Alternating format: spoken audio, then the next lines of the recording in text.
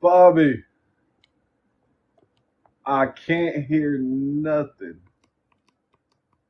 I can't hear. Let's see. Can you hear me now? Now where we I go? didn't turn my mic on. That was my bad. I got you. I I was got you. like, why does he look? Why is he looking like he can't hear me? All right, Yeah, yeah. How are you good deal, doing, good bud? deal. How was your day, buddy? Man, it was good. It was good. It was good. Hard working. It was good though. Good deal. How about yourself? It was good. It was good. It felt like Monday. It felt like Monday on a Thursday, but that's okay. Tell me That's o- about that's it. okay. We're gonna have We those actually days. We're just gonna have got those back days, into and we're gonna town. push through them. Yeah, yeah. That's right. Good deal. Well, Greg, let's jump in. You've been on a tear lately. I mean, you've been putting in the work, putting in the time, and the results are speaking for themselves. What do you think has changed? Whether it's mentality, technique, or just more time on the water. What has changed for you since you really started, you know, catfishing? I guess since the beginning. Well, one thing that has changed for me is just being able to put in time on the water. More time on the water, you know, looking at the conditions, different things that's going on around you. When you're catching fish, what the water temp is, what the weather is outside, if you got current, if you don't got current. Just those things have really helped me. Now I'll tell you another thing that's helped me. I've been fishing here lately with some real good people, and Tyler Barnes is one of them. And being on the boat with someone that has really keyed in and pick up some different techniques and apply them, in your areas that you fish, has really helped me out a lot. Yeah, absolutely. And I again, like you said, I've had the pleasure of fishing with Tyler as well. And a lot of other people obviously have Right. graciously allowed me to jump on their boat. And it seems like everybody that you fish with has something that does something different. You can learn Yeah. something from everybody. Right. And I think that's something that is really overlooked. Obviously, time on the water yourself is key, and obviously you've been putting in a lot of time yourself, and I think you know being able to take some of these tips and fine tune them in your own way and apply them, like you said, in your own way, and I think that's super important. Now, do you see yourself? Obviously, you fish a lot of the Cape Fear, a lot of the Neuse River. Do you see yourself wanting to expand, at all? Fish Most different, definitely. bigger bodies of water, or just different bodies of water in general? Most definitely. Of course, I'm a river guy by heart. Yeah, I love the rivers. But coming up this year, we're looking to get more into some lakes. And just trying some new things. Just kind of expanding a little bit, going a little bit out of my comfort zone. Which can be difficult stepping out of that comfort zone. But man, I just want to most of all just keep enjoying what I'm doing. But yes, I definitely planned on trying some new areas.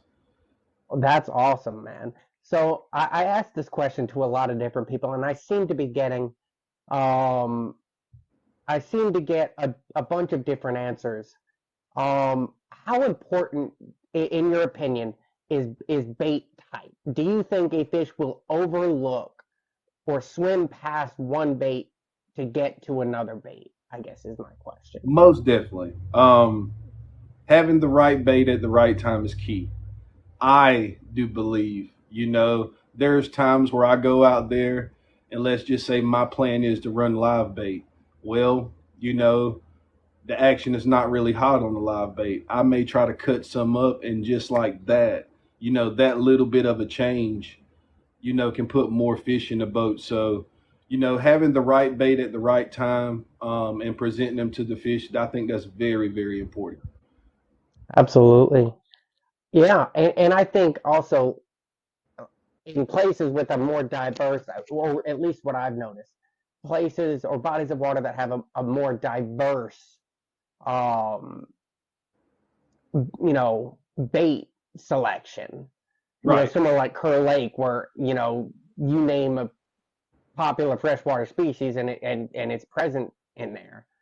I Right. think in those kind of places, I've noticed there's a lot of there's a lot of um, I guess leniency in some ways. Like a lot of people don't realize the world record. Hang on, let me fix my mic here. The world record was caught on chicken. World record blue cat was caught on chicken, Right. which I mean anything can happen. If the world record's going to be caught, it's going to be a fluke. It's going to be a fluke like that. But That's I right. just, but that just, hearing that story, and then you hear the stories like the South Carolina state record largemouth being caught on a McDonald's chicken nugget, like just kind of stories like that, where it kind of just makes me think like, and the reason I asked that question is just because of that. I think in certain situations, I just wonder how much, you know, would a fish overlook one bait to get to another bait, or is it just it hits the fish in the face and it's a reaction bite? You never know, but Right. I'm always curious to hear people's answers to that question because I've heard everything from absolutely it does to no it doesn't at all to it depends. So it's really kind of cool to hear those kind of questions. Now, my next question for you is what is your favorite bait if you could only use one bait for the rest of your time fishing? What bait would that be? Gizzard shad. That's a good answer. You That's a can't good go answer. wrong with gizzard shad. If I could get them all year, I'd fish them all year long. Yeah. Now, where we're at, it becomes a little bit lengthy in time to go out and get these things because you have to drive an hour or so to go get them. But we've done it. Oh yeah. We've done it. Listen, I know how important fresh bait is, and especially like at Kerr, bait can be a struggle, and I'm not trying to throw that net with Right. 20 degrees outside. I'm not trying to, even with warm clothes on, I'm not trying to throw that net for 2 to 3, 4 hours. I'll pack it up and we'll go on to the James. We'll drive an hour and a half to the James, set that gill net for That's five, it. ten That minutes, is it. have 50 Yes. gizzard shad and make that because I'd rather if I'm gonna spend 3 hours catching bait on a bait run, I'd rather spend 5 minutes catching bait and an hour and a half driving both ways and Right. have plenty of bait. So I know exactly how that is when it comes And to the bait, it increases the confidence level. Me and it Tyler's does. talked about this a few different times. If you got the bait that you want to have, the bait that you feel confident with, and you leave that boat ramp, whether you're fishing a tournament or if you're even fishing on the bank, it doesn't matter. But if your confidence is up when you put lines in the water, that changes things. Yeah, absolutely. And you know, confidence. I'm glad you brought that up. Um, Obviously, do you? So I guess I'm gonna follow this up with a question. How often do you like retie your rigs or clean or oil and grease or how often do you kind of do I'm gonna say TLC on your Right. gear? Well, I tell you, I used to be lazy with it. When I first started fishing, I'd rig them up, and I may run that same rig 5 or 6 fishing trips. It didn't really, I wasn't quite into it like that yet. But as I've gotten more serious into it, and as I've lost some decent fish, you learn to start being more prepared, and making sure that line doesn't have any little snags in it, or making sure that leader line hasn't been rubbing against any rocks and stuff like that. If I'm a losing, I don't want to lose him to me not being on top of my game, and doing the things that I know needs to be done to make sure I can successfully bring a big fish into the boat. Right, absolutely. And hang on, just put them outside my door, please. Um, but I think like that's the reason like before almost every trip, at least every tournament, one thing that I do is I mean I will take and hand wash with a washcloth. I will hand wash all my rods. I will wipe Right. them down clean. I'll make them look brand new, retie new rigs, because like you said, I think if I'm gonna lose a fish that's pinned, that I feel is pinned, Hmm.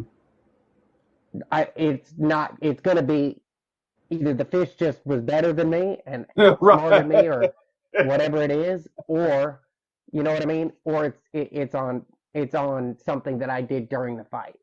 Because Right. I think unforced errors, as I like to call them, there's just there's no reason for it. There's no Right. reason for it. But I think also the confidence of going in there and having those freshly washed and freshly tied rigs, Right. just having it in there, you just feel good.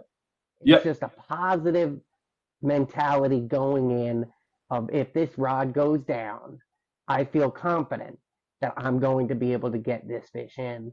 That's right. And I think that goes a long way. And I'm glad to hear that I'm not the only one that How does many that. times, I can't tell you how many times when I first started fishing that, I'd be trying to land a fish and I lost a bunch of fish when I first started. And I'd say I wish I'd have done this, or maybe I should have retied that, or it takes that out of the equation of coulda, woulda, shoulda. Like you said, sometimes the fish is just better than me. You know what I mean? Sometimes he's just better. Well, and I could see that especially. I think it's especially tough in places like the Neuse or the Cape Fear. Anytime you're Right. fishing heavy structure, Heavy. or you know what I mean, that's just it's tough. And I make like Tyler Barnes, for example. I give him a little crap for using that 150 pound braid and 100 pound mono. Like you're gonna pull the plug on the river. Like, but to his point, I mean, he knows that if he That's loses right. that fish, it's not gonna be because of a break off. You've got to be able to get that fish up out the structure. Not only do you got to be able to get him up out of the structure, but you got to do it in a timely manner. When you get to dealing with these fish that's 30 plus pounds, especially when they get into the 40 and 45 range, you don't have but a matter of time to get these fish up out that structure. They've gotten that big for a reason. Yeah, It's quick, and sometimes we have to really, really crank down on them. And I want to have things that I can depend on, and my leader being tied, um, freshly, fresh line on the pole, and a decent rig as well. That's very important to me. absolutely, absolutely. How what walk me through kind of your setup. I mean, maybe not physically, but do you prefer like with a cork or demon dragon, or do you prefer just a straight Carolina rig, long leader, short leader? Walk me through your go-to.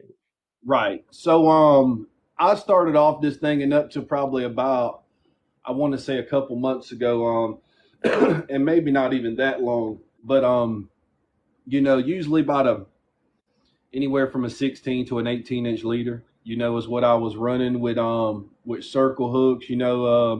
I'd put a cork on there. If I was running cut bait, flathead fishing, I like to kind of just let it be plain Jane, just a hook into me some live bait.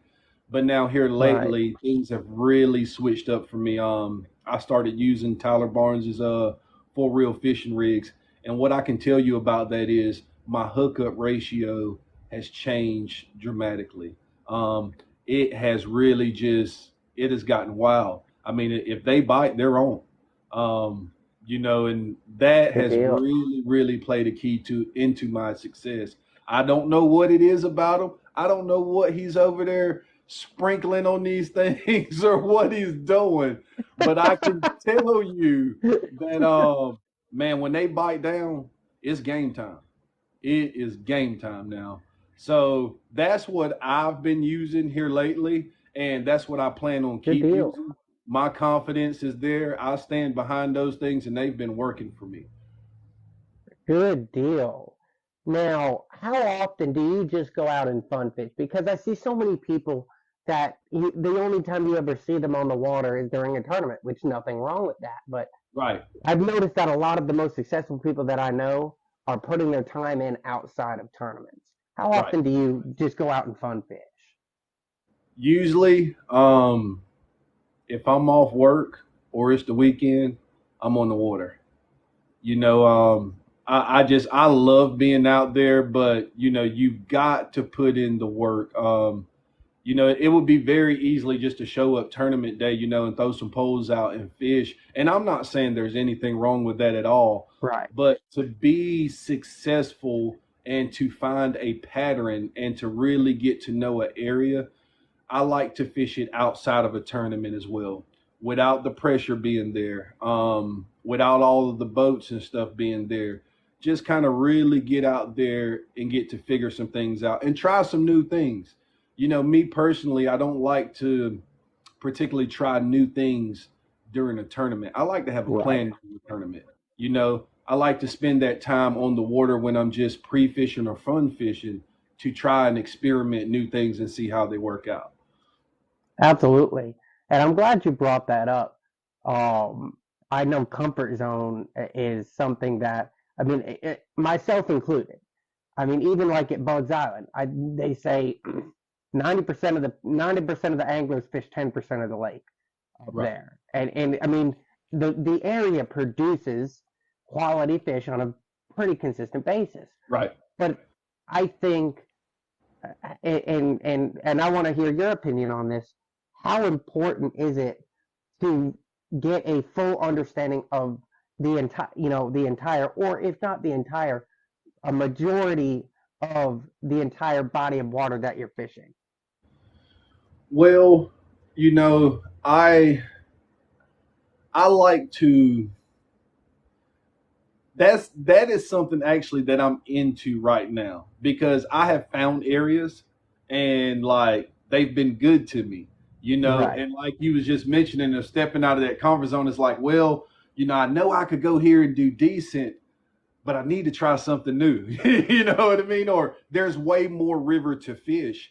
And I'm actually in the middle of that right now with a decision coming up this weekend. Do I go to Old Faithful or do I try some of this new stretch of river? And man, you don't know until you throw, and Yeah, you won't know about these other portions of the water until you go experiment in them. It's so easy to get comfortable in one area. it is. It You don't know how true that is and how much that hits home with me and how much I have to convince myself on a consistent basis we're not going to go set up in the spot that 42 people have set up on in the past 2 days. We've all, yes, we marked this big fish here, but so if 42 other people have checked in here on Facebook, Right. I mean, it, it's like but I think, and I'm not an experienced river fisherman, angler by any means. Cody Kennedy, what's up, buddy? But Yeah. I feel like there's so much water out there, Right. and limiting yourself to one body because I mean Tyler Barnes kind of hit it on the head with the state record fish, where That's he right. said it had been a spot he had never fished before. There That's was it. nothing really out of the ordinary, and but you know how many other people probably had that same mentality Yes. of fish where you're comfortable, fish where you're comfortable. This doesn't look like anything. Right. Could be, but probably not. There's better looking options out there. Right. But look what was sitting up in that seemingly nothing hole. Yes. You do not know until you throw some poles. How man the some of the spots I have found here in the year, year and a half, late at the end of last year, is some spots that I have just rode by before, and paid no attention to them. Said, well, I might throw out there, ride back past it, never throw out in. And, man, those fish could be laying anywhere. They could be, there's some spots that I've fished that just look like this is where they got to be.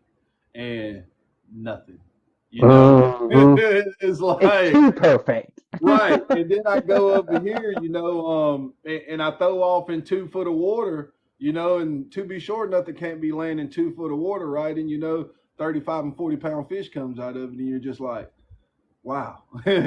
That's always amazed me.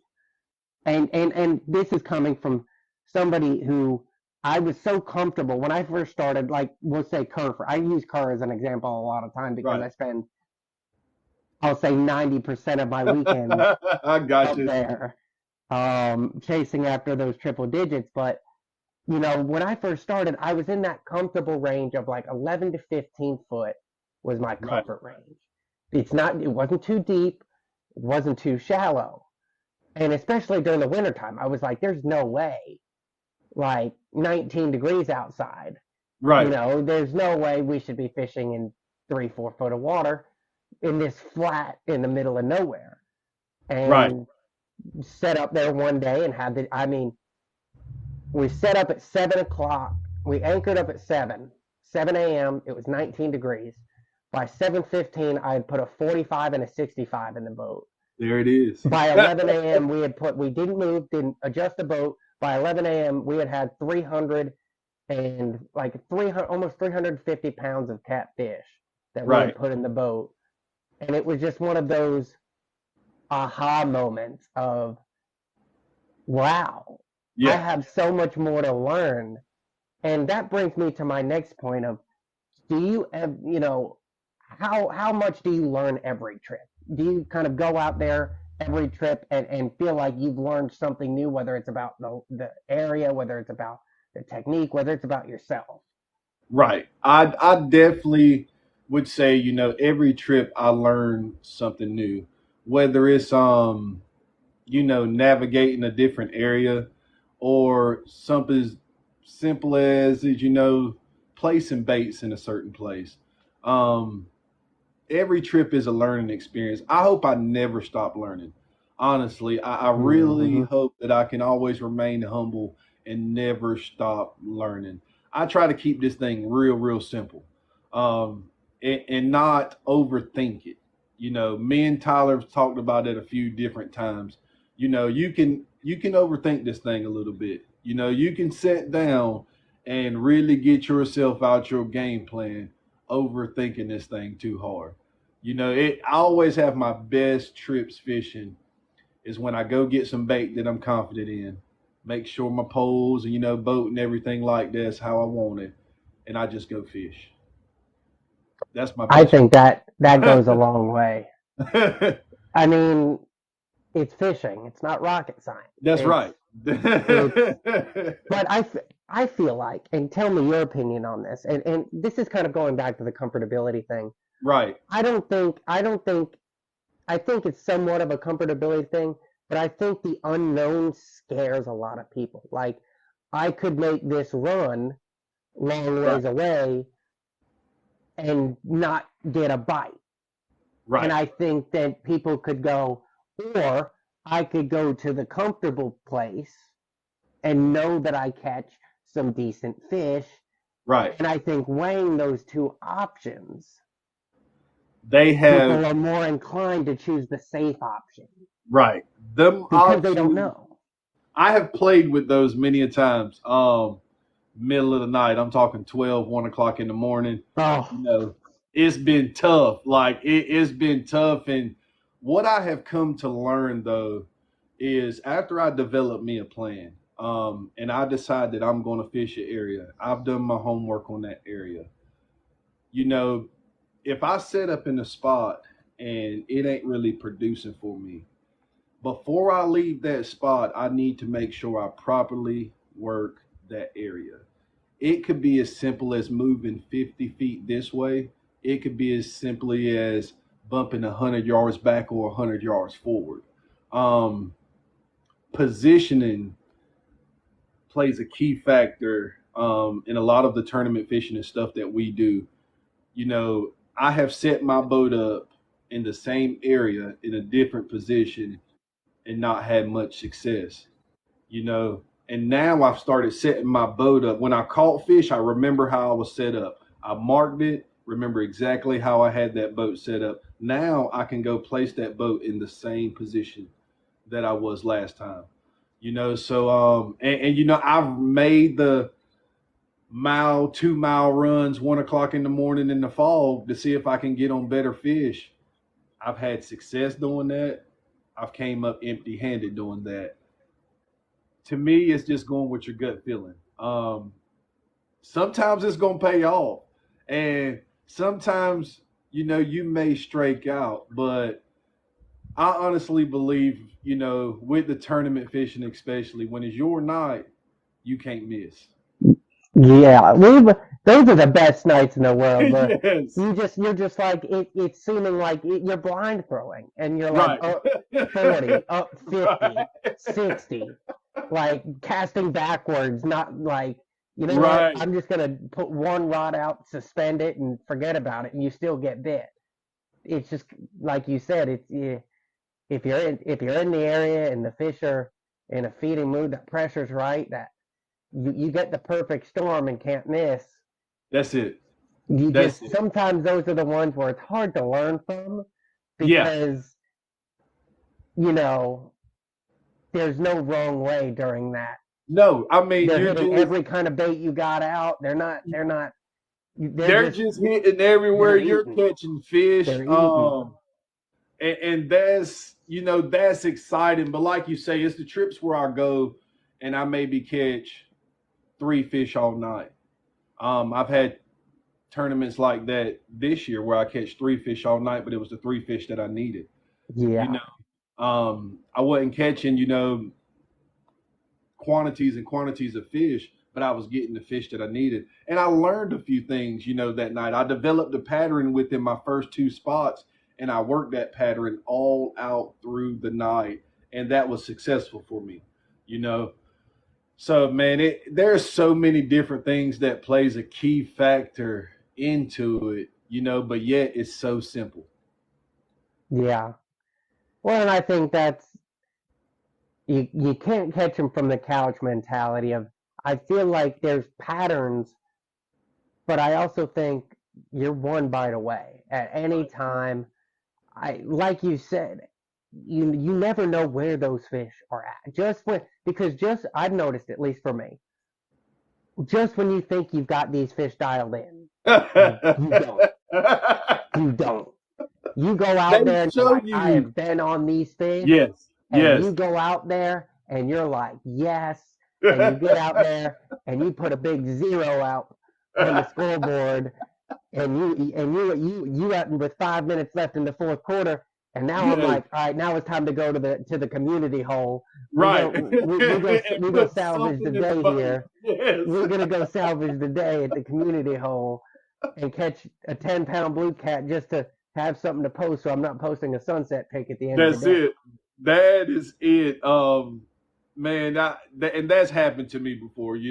There's no use to try to deny it. You can go fishing. You can have something that's working.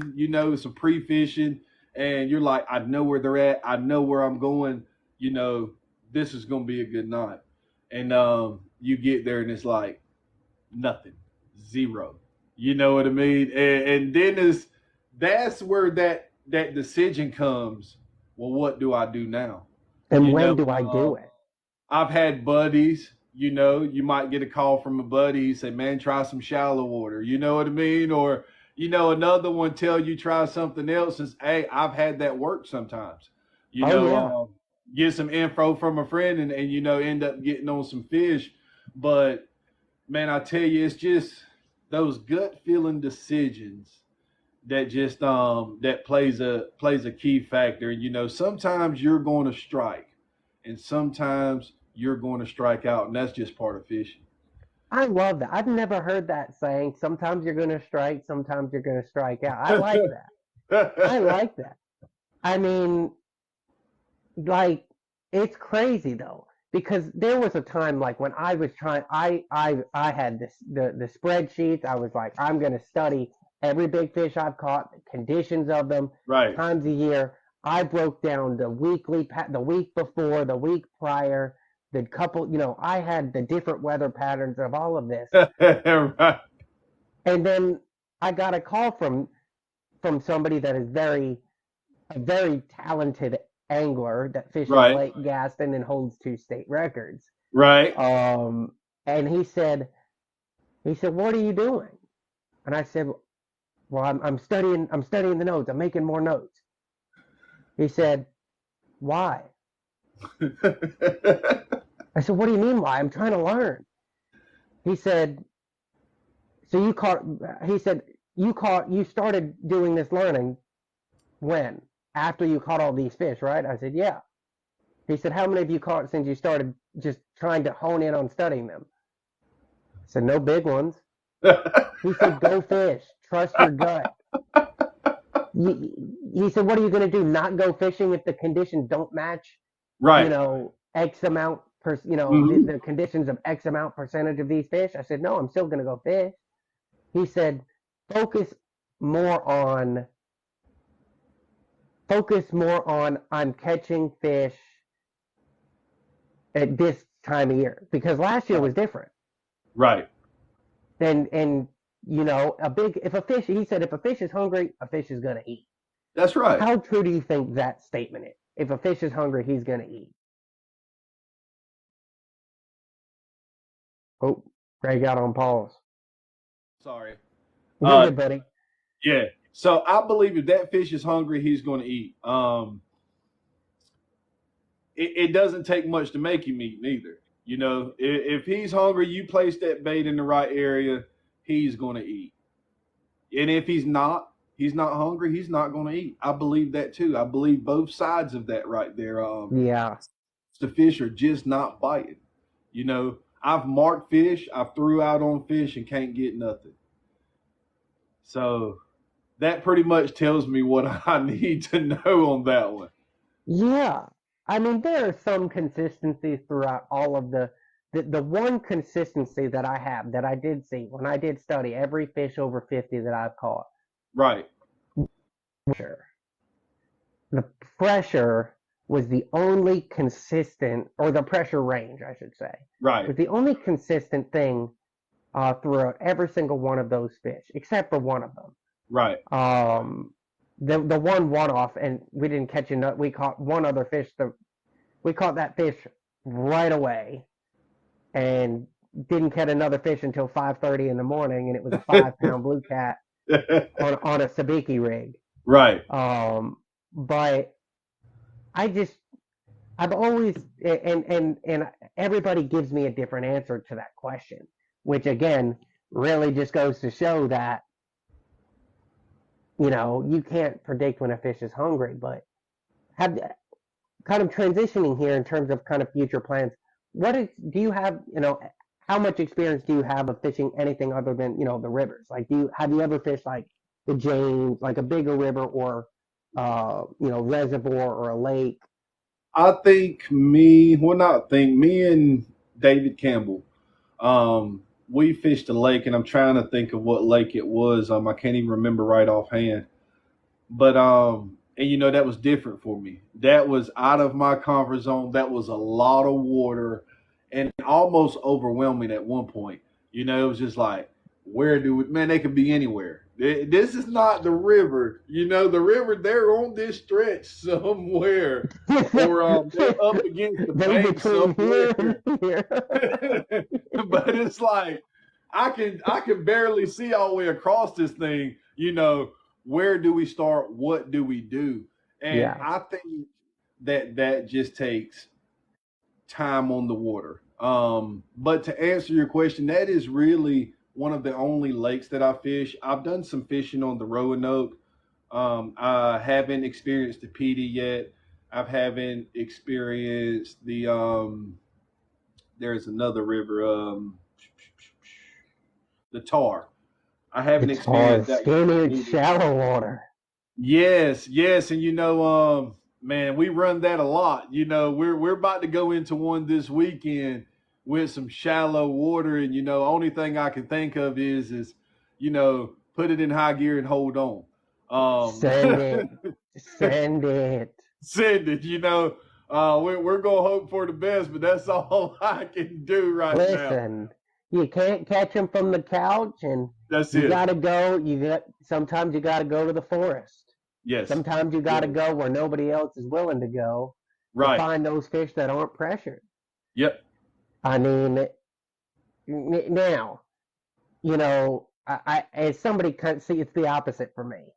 I'm not going to say I'm a master at Kerr Lake by any means. With a PB of 68, it is pretty obvious, in a lake that is known for 100-pound fish, I I have the furthest thing from mastered it. But I'm definitely more comfortable in lakes and Right. larger rivers like the James than I I got you. am skinny water. Right. Like, even when you go up in the Dan, Kerr Lake is very unusual because you do have the opportunity to fish the skinny rivers. There's two of them, Right. the Stanton and the Dan. But like when I go up there and try and pattern on get a pattern on the flatheads up there. Like the past 2 years, I've told myself I'm gonna do it. I'm gonna target flatheads. I'm gonna learn these rivers, and then I catch like a 60-pound blue you know in the lake, and I'm like, eh.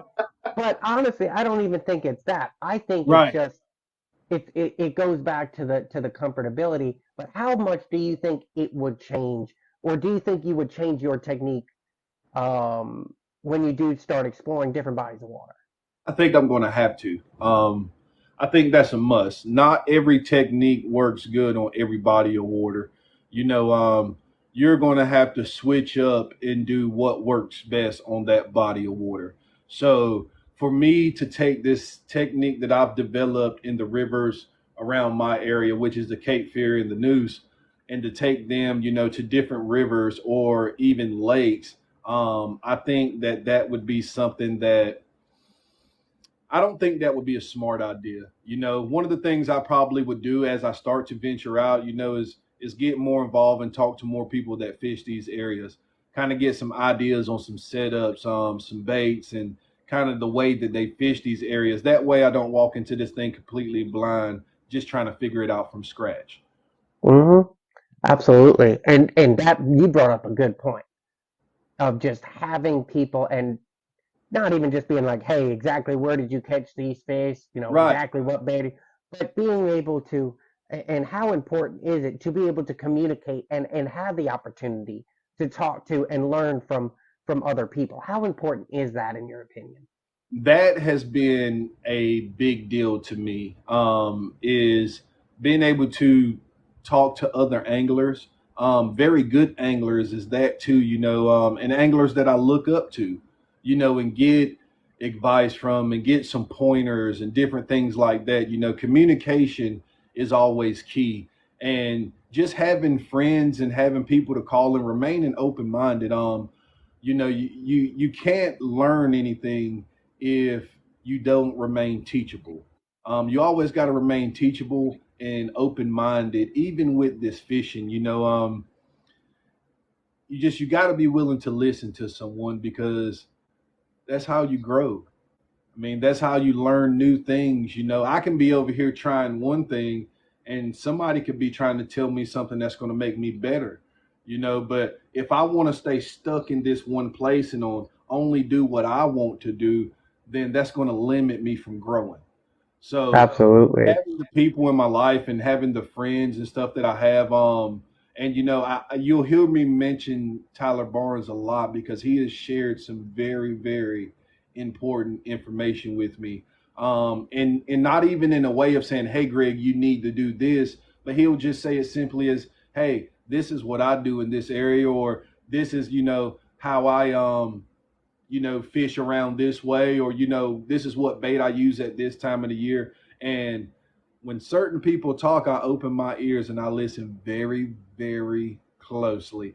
You might as well say I Absolutely. got a pen and paper in my hand because I am taking mental note. And that's one thing that and I mentioned it before of I'm always looking for new information and being able to learn something from different people and on different bodies of water. At that, I think you can take a lot of different techniques that you learn from different people Right, and apply them when you're not catching fish. I'm not catching fish. We'll say on the lake, there's a lot of different options. You can drift, you can right. drag, you can suspend, you can anchor, you can troll. There's a lot of different options there. But having those options available now, how does that? on the river, do you take a lot of what you learn and just try to incorporate different aspects of them to your techniques, or is it kind of something that you keep in the back of your mind until you need it? Well, I try these things. I try to try these things before I need them.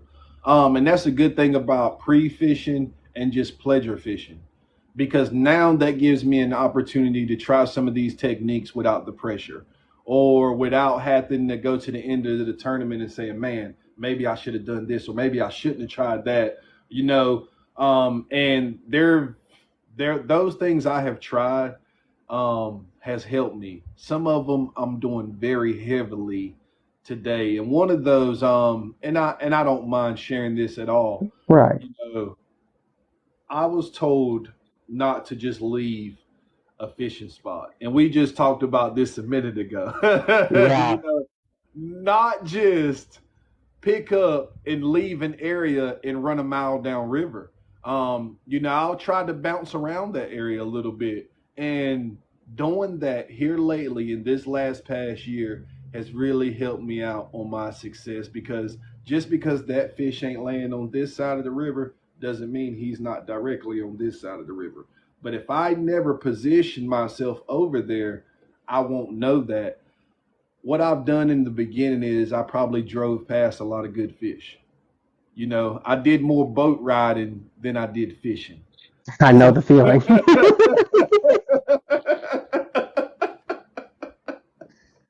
Oh man. No, I think you're absolutely right. I mean, for me, it's hard in like the big lake because you mark a lot of fish in the lake. true.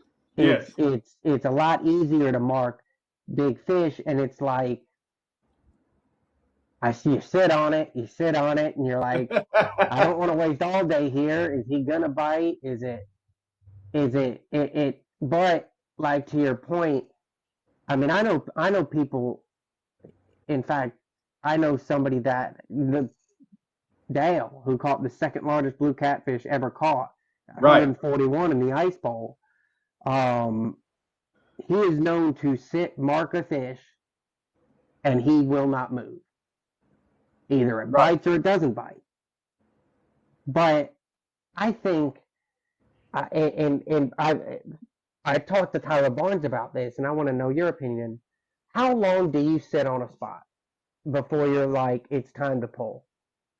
I tell you, I've sat on spots. I've did 30-minute hits and got out of there, and I've sat on spots up to an hour and 45 minutes to 2 hours. What I can tell you is, and something I've paid attention to here lately, my biggest fish has came when I've given those spots some time. I have noticed Wow. that my biggest fish have came when I sat down and gave the spot some time. Now, in those spots that my biggest fish came in, there may be a little fish here or, small fish. I catch one or two small fish and, give that spot some more time. And then all of a sudden it's like, there's the one, Oh and yeah. that's another thing that I got from Tyler. And that's just being honest. Sometimes those big fish, they won't come right out and be active just like that. Those little fish, they'll come on up and go ahead and get them some and get them a hook in their mouth. But and then those big fish will come on and try to clean up the mess. But my biggest fish has come when I've sat down for a while and just given them some time. Absolutely. Shout out to Tony. Tony, catch the fever. Tony Caton over there sending in the ice cream. Tony in the house. We appreciate you, buddy. Most Had definitely. to take a side note to uh to give a shout out to everything that Tony and Kayla, both of y'all do over there. Y'all are Most definitely. awesome. Um, but yeah, I think you're absolutely right. I mean, luckily for me, actually, luckily or unluckily for me, I've had almost the opposite of experience. Every 60 that I've caught has been like Just right like off the bat. Like that. we pulled up and Right. and and it within 10, 15 minutes, which You got lake them. time versus smaller river time, like 30 minutes is not a long time to sit on a spot at Right. her. Like, Right. we'll sit on a spot, we'll put on 2 hours Right. and maybe an hour and a half, maybe, I mean, hour, but we're sitting on a spot at least an hour generally. But I got um, you. I think, like you said, everybody's is different. I know people that have caught big fish up there and everywhere, saying the same thing, just like you. Like, you wait it out, and eventually that fish decides to bite, and it is what it is. But it's cool to hear the different techniques of like the running and gunning Yes. techniques of the river, and that's just wild to me. That's Right. so wild to me because you're like, you get the last rod out, and you're like, you sit down, you're like, all right, we're moving. Yeah. All right, then, I guess. Okay, I'll I tell get you now. them. I my running and gunning has slowed down a bit. When I first started tournament fishing, um, and I definitely don't do it when I'm just pre-fishing or just having fun. I'll give it a little bit more time. But now when the moment gets close, you get closer to that time where you got to be back at the boat ramp, for the weigh in and stuff like that, the desperation sets in. And I have I have done almost, I have thrown the poles out and didn't like it and reeled them all back in and move again. You know, just Wow. just on the desperation of, hey, I have got to get another fish in the boat. And there's times where I've done it and I've caught that fish that I was looking for. And if I wouldn't have moved, if I wouldn't have been running and gunning, I may have wouldn't have landed that fish. But it's one of those calls that you make. And for me, when I start 30 minutes a spot, I am really hunting for a fish. And I probably already got two decent fish in the boat. And I'm looking for a big fish at that point. I'm Yeah. just or I got about an hour left to fish and I want to fish four more spots before that hour's over with. The heck you say? So when the desperation sets in, man, and it gets crunch time, hey, if my arms has got to be sore on the way back to the boat ramp, that's just the way it's got to be. But I I'm gonna got to be sore from carrying this check. yeah, Oh, what's going on, Danny Ball? Buddy Danny Ball's in here, but um, it's funny. So I've got to. I'm going to ask you one of your craziest stories in a minute. But one of my craziest stories when it comes to running and gunning, I fished a tournament at the James with my buddy Curtis, and right. he's got a Storm Cat with a 300 on the back. So, you can get from point A to point B in a very short amount of time. I And got you. we were fishing that benefit tournament for Joe Granada, and it's actually the story of my PB. Um, and we started off with a game plan, couldn't get onto fish. Right. We ran 100 miles that day,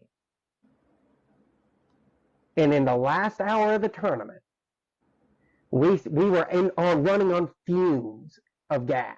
Like, we just set up in a spot. You could see it was inside of the boat ramp. We could see the boat ramp because we had to be there. right. And with an hour left in the tournament, we put a 68 and a 58 in the boat on the way back to the boat ramp. And it was Man. just kind of one of those, like you said, we tried everything. We tried shallow, we tried deep ledges, we tried shallow flats, we tried, deep channel. We tried everything and couldn't buy a bite. And Right. just in desperation, let's try one more spot right here by the boat ramp before And throwing boom. in the towel. And it was like we went from I was on the phone with Caleb and Christian Moore because they were fishing that tournament together, and it was crazy because I just hung up the phone with them, and after telling them how crap of a day we were having, I called Timmy London, and I'm like, dude, I don't know what we're doing. As I'm saying, I don't know what we're doing. 68. and Curtis was ready to go throw in the towel with the Right. 68 in the boat. He's like, at least we've got a good fish to bring to the boat ramp. We've only got 30 minutes, 45 minutes left until we have to be at the boat ramp. Like, let's go. And I said, no, let's just turn the boat. The tide's changing. We're just going to turn the boat for 10 minutes. And if we don't get anything in 10 minutes, then, I said, it's going to take you 35 seconds to get back to the boat ramp with this Right. thing. Set up one spot. And so when we turned the boat opposite way, his lines were in the same spot that my lines were at. And in Right. that same spot, the same exact, within 5 feet of where I had caught my fish, he caught that 58. And I thought that was the craziest thing to be running and gunning all day, Right. 100 miles, burning $120 worth of gas, 63 Right. gallons of gas, just to catch both those fish within sight of the boat ramp. That's it. So now I'm going to ask you this. What is your crazy story? My crazy is story. Honestly, I would have had to say it was the beginning of this year. I think I placed second place in a tournament. Water was high. I fished all night. I fished all night. I caught two fish all night. Two decent fish at that. I want to say one was in the high 20s, one was about 30, and we're tournament fishing. So I knew I had two decent fish in the boat, and right there at the morning, I want to say it was about 6 o'clock that morning.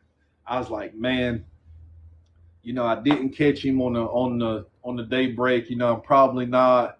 This is it. But you know what? I had a good night. I still probably got about 50, 60 pounds. Hey, it is what it is. I gave it my best shot. And I had a buddy call me. And he said, I just caught one, and it gave me some drive is what it did. You know, I went on that 15-minute a spot desperation run that I was just telling you about, and I hit about four spots. And on that last spot, I said, well, this is it. I reeled in about two poles. And as I got to that third one, it did that slow. Oh, And I knew right then, I said, this is probably a decent fish. I stepped back, and as soon as I took a step back and was just going to let him bend the pole over, I mean, he smashed it. oh And, my you know, God. it was so exciting to me because I knew I had somewhere in the range of 80 plus pounds going in the weigh in. I knew that was going to land me in a decent position. I didn't know if it was going to win me the tournament, or I didn't know if I'd fall short of getting third, but I knew I had a decent bag of fish. And I tell you, just catching that fish like that at the last minute, there's a different excitement that comes from that. It's that excitement that, hey, I didn't give up. I hung in there. And if anybody was around me on that stretch of river right then, when I put that fish in the net and set him down in the boat, they heard me. Because I was Oh, pumped. yeah. I was pumped up. That's crazy. That's crazy how that happens sometimes, of where I mean, at least in our situation, I mean, Right. the morale was not, and I'm a positive person, Yes. Hey, but give me one charger. Give me 1 second. you're good, buddy. Jeffrey, Castaway, Tough Times, what's going on, y'all? I'm trying to get back to some of the comments here. And if you guys have any questions for Greg, um, just shoot them in the comments, and I'll be glad to ask any questions that you guys have to Mr. Greg Blue. He's a heck of an angler, and I've been learning a lot from him, and yeah, I'm hoping that you guys are going to learn a lot too. And if you've got any of the questions that I asked as well, feel free to answer any of the questions that I asked him in the comments as well. I love hearing different opinions, and different points of view, I guess you could say, on some of these questions. Um, there's no fish in Bladen. I say that about Bugs Island about every time I go there. and yet here I am, going to Bugs Island every weekend, looking like Boo Boo the Clown. But it's okay. We got Greg back in the house here. Yeah, I'm gonna get Bent Double says, make sure to tell Greg that there isn't any fish in Bladen. any isn't fit. Let's see here. All right. Bent Double said, be sure to I tell you that think there isn't any fish in good. Bladen.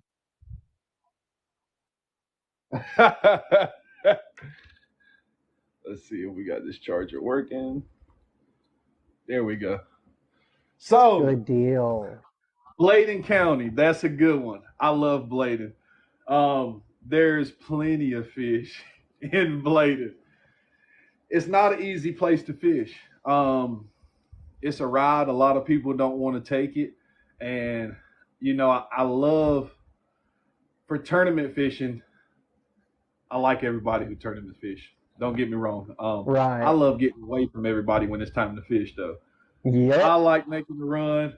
I like going where there's no traffic. I like being where there's not a lot of boats right on top of each other. But yeah, Bladen County is somewhere that I really, really love to be now when it's time to fish. I just have a love for the place. Oh yeah. Oh yeah. I mean, I think it goes a long way. And some of like I've talked to Lonnie and Donnie Fountain and some of those guys that fish, like the King Cat and those big tournaments on the Mississippi and Oh Alabama yeah, and all that. And one thing that separates them is they carry spare gas tanks. right. Like they are making, 100-mile runs That's to it. get away from everybody. But but look who comes back with the fish on the podium. That's it. They Yeah, fished 2 hours less than you did, yeah, or yeah. 3 hours less than you did, and they're still beating you. Right, Like, right. but that's one thing that you get away from the pressure. You find feeding fish. You get on a pattern. Yeah, yeah. Separates the men from the boys. That's sometimes you got to go the distance, and it would be so easy, to run down river or so, or up river a mile and just stop and fish somewhere, you know what I mean, just to be putting poles in the water. But sometimes taking the trip and poles being in the water the less time, but you come back with what you need, so Yeah. I definitely believe in going the distance. Oh yeah. So, what is your favorite body of water to fish? My favorite body of water to fish, honestly, I would have to tell you it would be the Neuse River. Really? And why is that? Um, I love the Neuse River, the structure. You know, there's just I've had some fish in the Neuse River manhandle me, and it has kept me going back. Like it really has. But honestly, the river produces beautiful fish. There's some big fish there. Now it is very unpredictable. And I think that's one thing that really attracts me to the Neuse River, that it is very unpredictable, but you know that the fish are there. Oh So yeah. if I had to choose, it would definitely be the Neuse River. The Cape Fear, and this is just the two rivers that I fish mostly. We have a love hate relationship, and it's been good to me. It's been good to me, and I tell you, there's been times where it has hurt my feelings. Now, Mm, we've all been there. We've all been there. Be yes, on top of the world, thinking you gonna catch you gonna come in to weigh in with 100 pounds, right, and all of a sudden you coming in with a 3 pound channel, a 4 pound blue, and a 2.5 pound bullhead, and trying you to had get a left over for trash bait, fish. and you coming in, and the first person you see comes in and they got a 60, a Yeah, 50, and then yeah, they say go get the big one out the live yeah, well, and you're just like, let me go ahead and put these fish back.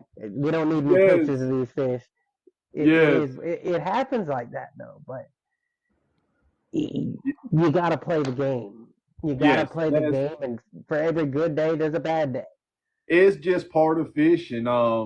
You're gonna have some good days, and you're gonna have some days where you don't, you're the fish are not active or you just don't get on the fish. And I honestly, I'm the type that believe you can't give me a bad day of being on the water. That's right. There's nothing about bad about being on the water and enjoying God's creation. So, you know, just to Absolutely. be out there, having the chance to do what we get to go out there and do, man, we're truly blessed. You know, Oh yeah. And look, if it means I'm posting a sunset picture at the end of the day, which that's right. obviously means that, you know, the fishing wasn't the greatest, but the quality of time, that if you ever say, if somebody ever asked me how was it, and I say we had fun, you know, just that's just how it went, That's and just we're gonna how we're it gonna was. get them next time, champ. You If know, the picture's not posted of the monster, just know that I had a good time, but I didn't get I on did have a it. exact. I had a good time. We didn't catch many fish. Right. Gotta go back to the drawing board now. That's right. But that's okay, because you know what? That just means we're due for a good day, for one of those you can't miss days. For the Right. ones where you every day that you can't win, you're gonna have a day where you can't lose either. Right. Right. That's crazy. Cadillac said Cape Fear will be the next state record. Jeffrey Mooring said, I remember that night you missed that good one. That was tough. Yes. Yes. I had a fish Story not too time? long. I had one not too long ago. And this was probably about a month and a half back. The water had got just a little bit up. And I'll just tell you, on the Neuse River in Kinston, downriver, I had wanted to try out a new spot that I don't fish as much. You know what I mean? Had some good bait, and one of those spots that I just picked on the way back to the boat ramp wasn't going to have it be a long night. I tossed a nice sized bait up in some willow trees. And I'll be honest with you, it didn't take long at all. By the time I got the last pole out and sat down, I heard that thud. Line got slow, then line got tight, and drag never stopped. I finally got this fish turned around and got him up beside the boat, and I could never quite get this fish to come off the bottom. Oh, Well, I finally got this fish off the bottom, and I'm reaching for my phone because I'm like, yeah, I'm gonna get me some footage of this thing, and I'm taking a chance with no. a big fish on the line. I'm like, this is the one. I'm gonna get some footage. I'm recording this thing, and and it's on my TikTok actually. I said as I was doing it, I was like, I'll show him to y'all in a minute, and set my phone down. Well, I get this fish up. I see this fish. I get that feeling as if when you see your first deer. When you're deer hunting and you see your first deer, Brum, like brum, brum, brum, this brum, thing brum, starts brum, beating brum. because I know this is a big fish. This fish will not fit in my net. Half of his body's in my net, half of his body's out my net. I don't know how much this fish weighs, so I never, tried to guess a weight or anything like that. As I'm reaching down to try to get my hands and stuff on this fish, to try to get this fish in the boat, my weight got caught up in my net. This fish backed his way out, and the only thing was in between the hook in his mouth and that weight was my net hooked to it, and I could never. And at that point, he just snapped it. No fault to the leaders I was using, no Right. fault to the weights, no fault to the sinker slide. That's just something that happens. Yeah. Um, and I hate that it had happened, but that thing was heartbreaking. Now I fought that fish for about 10 minutes, and Wow. he was. And in the Neuse River, we were talking about 6 foot of water. Where I was fishing at was probably about 6 foot of water, and Wasn't deep. I didn't have to get him way up, but man, that's what keeps me fishing. Was it You a know, big blue or a big flathead? it was a big flathead. Oh, It was a big. From looking at the body of this fish, yeah, I want to say it was one of the biggest flatheads that I believe that I had ever set hook to. And my biggest flathead is probably just a little bit over 50. I don't think yeah. this fish was no. I don't think he was no state record or nothing like this, but I believe this fish was a new PB now, That's and what I'm that meant a talking lot to about. me. I would have cried. I would have cried. It was heartbreaking, and I even posted it, and I did exactly what I went home. I packed up, Yep. and Call it a you know, day. I called it a day because that was it. That was it. Yeah.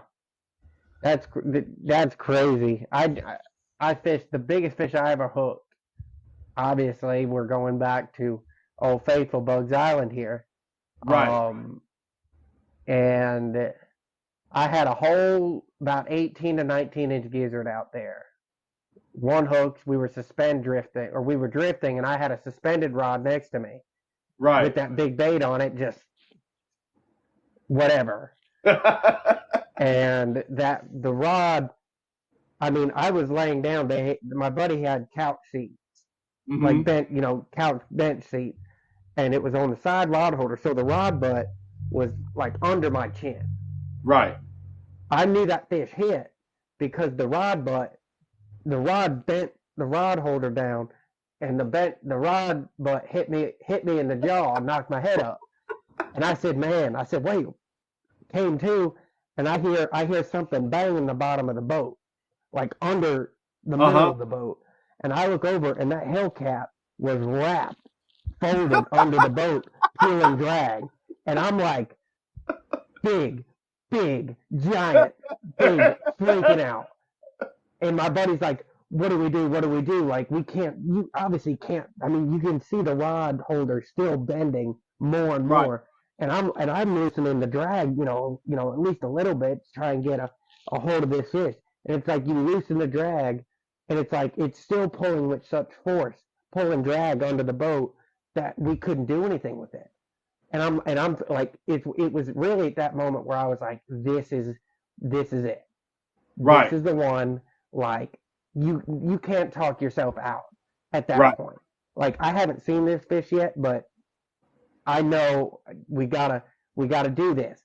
So I would finally get it loosened enough to where we both had to get our hands on the rod to get it out of the rod holder. And I walked to the other side of the boat because obviously it's still wrapped. That rod is still wrapped up under the boat, pulling drag. Right. And I moved it around and finally got to where we were even with it. And it was just kind of like tightening the drag back down all the way now. And I locked that thing down, and I'm like, is my drag broken? Because it was just like, I mean, I was thumbing the spool, and it was just Oh. gone. And I finally got it turned, and it was like, because then at that point it's going to make that line back toward the boat, and Yep. it did. And then I got it, like you said, straight up and down, Right. and that's when I felt the caliber of the fish, and I realized, like, I knew this was a big fish, Right. but when it would dig and then it would stop digging, and I'd try and lift it, and it would be like I'd lift it like 3 inches, and my back would like give out, and I'm like, I genuinely cannot move this fish. And then it would start digging again, and I mean, I'm 15 minutes into this fight, Right. and 20 minutes maybe, and I mean, straight up and down. Like, I mean, the hard part, they say the hard part is over. And I mean, and then I realized we were trolling forwards. I realized at that current moment when I kind of looked around, we were 100 yards backwards with the trolling motor still trying to pull forwards. And I'm sitting here thinking, this is it. Like, I'm thinking I've got the next world record. Like, in my mind, I'm thinking I gotta call Caleb. I gotta call. I Right, gotta right. call Go ahead and the get them on squad. I'm the getting ready. This is in a tournament. I'm getting ready to call the tournament director, tell line. him go ahead and bring the scales open. And in the midst of all that, out of nowhere, I mean, tank pressure on that line, Right. slack. Oh man. I fought that fish for right at 25 minutes, and just like that, I never saw the fish. Right. So, but we didn't catch one fish in that tournament. Man. So it's kind of one of those. It's the same thing. It's one of those. Sometimes you get one chance, That's and it. Sometimes you and get, and you never know. You never know no, when that's gonna be. no. But like you said, it's just one of those moments. You saw the fish, and I guess it, would I have rather seen how big the fish was and then lose it? Yes, Right. yes. Because at least I could say I definitively hooked one around this size. But Right. what would you rather? Would you have rather not seen that fish and lost it? I Would it have made you feel better? I probably would have felt a little bit better if I didn't see the fish. Really? Seeing the caliber of the fish really just because I already had it in my head now. I said, when I stand up on the back of this boat and hold this one right here up and take a picture of it, now this is going to be pretty. And, That's pretty right there. like I was already reeling this fish, and this is just stuff that I was doing. I'm Right. just being honest. Reeling this fish in and getting him up and getting where I'm about to get him in the net and stuff like that. See, in my head, I'm already taking pictures on the back of the boat. You see Yeah. what I'm saying? I'm not no longer as focused on what I should be focused on is Yeah. getting the fish in the boat and stuff like that. So now I'm distracted by, hey, what I'm gonna do after I Yeah. get this fish in the boat. And hey, and that's just being honest. And Right. that's why a lot of the times when I go fish, I fish a lot by myself. Not that I don't like anyone fishing with me or Right. anything like that, but man, I can lock in and I can be focused. Yeah. I can get into my zone. I can try new things. Being focused, it plays a big part because I mean, you can just be sitting there and all of a sudden you got a serious situation on your hands. You're doubled up, or you got a real good fish over here that's just smashed it, and he's over here in the log jam, and now you got to figure out how to get this fish out of the log jam. But he just did that while you was about to doze off out your sleep. you know what Yeah. I mean? And that's crazy to me. Like they always happen to hit when you're not paying attention. Yes, Like yes, without fail, that's just the nature of right. it. But I mean, it's crazy because you never know. Yeah. Oh yeah. I mean, like we've said, there's been we've all had those times where we're just like, just not our day. We're not gonna Right. get. You're kind of down in morale. It's been a long day. You ain't caught no fish in the boat, and then that one fish can change. Boom. It happens like out of nowhere when you're least Right. expecting it in the least likely of spots. Yep. The wild card spot where Yep. you're just there because you want a line in the water, That's right. and it's David crazy. Campbell, what's going on, buddy? Yeah, Rachel David Campbell. Barnes, how are you doing, Rachel? We've got some great people in here, Yeah, and some awesome Jeffrey people. Morning and Tough Times Catfishing, and Yes, everybody there. They're talking about the tournaments this weekend, and they wish you luck this weekend as well. most Um, definitely. We're gonna give it all we got. This year has been a very very successful year. Um, Man, I couldn't ask. This is my second year doing this tournament fishing, and to be sitting where I'm sitting now, you know, I'm just truly blessed, man. And honestly, there's not nothing very special I do. There's not no magic that I got or anything like that. I You got just that go out secret and bait. I fish. know you do. Huh? You got that secret bait. I know you do. Honestly, I That, just go out and fish. I oh have yeah. fun. And man, I fish hard now. I fish. I don't go just to sling out some poles and just sit there and hope I get a bite. Right. I'm gonna work it. I'm gonna work it, and if I when I leave that area, I'm confident that he's just not there. Yeah. Oh yeah. Tyler Barnes said it. They're feeding somewhere. They're feeding somewhere. Some if you're not catching fish, and Tyler Barnes said it himself, if you're not catching fish, you're just not where the fish are. And Yeah. it's just as simple as that. Or they're just not eating in Yeah. that Or area. just not In eating. that Yep. area. Yep. You're not on where the hungry fish Yeah. That's are. And it seems like it's always the big fish that you mark that are the not hungry ones, right. which is Right. contrary to everything else.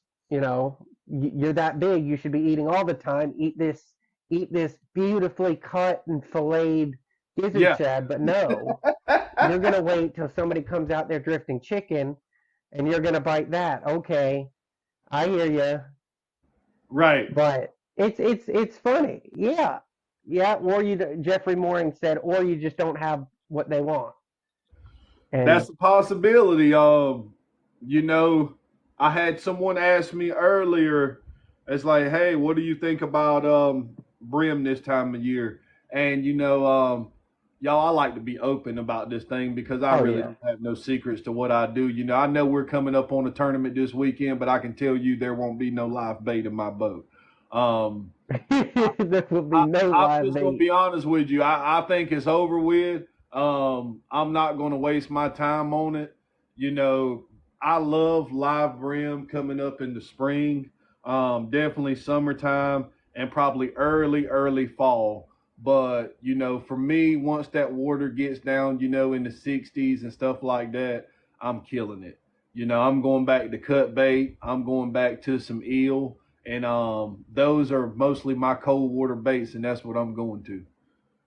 Eel. That's something I've never actually used for bait. And it's crazy because I hear everybody talking about how awesome eel is. And I'm like, that's crazy. Well, I'll tell you, I want a big eel fan. I want a big eel fan, but I've had the opportunity to fish with some amazing people. And once you see something work for yourself, like it's another thing, to hear say, "Oh man, this bait may be good or that bait may be good," but when you see it firsthand, you can't deny it. Then you know what I mean. And eel Oh, has been yeah. good to me. Eel has really been a key bait for me here lately. Especially when you get into some of these finicky bites. Yeah. They can't just pull that eel. You know what I mean? They got to get a hold of that eel. So I love eel when it gets cold. I love shad. Um, Definitely love shad when it gets cold. And that's probably the two baits that you're going to see and that I will have on my boat come this weekend. I won't waste my time trying to chase down no live brim. You know, Honestly, if a flathead's going to bite at this time of the year, I believe I can catch him just as good off that eel or that shad. Yeah. Yeah. Oh, yeah. Now, you mentioned flatheads, and as obviously they get slowing down, will you still try and target a flathead at this time of year? I will not. No, Um, you won't. I will not. Uh, when I go out this weekend, my goal is going to be to target blues. If I Okay. catch a flathead this weekend, it's just because he was in that area. It is not because I tried to catch him. He just happened to be out hungry feeding, and I caught him.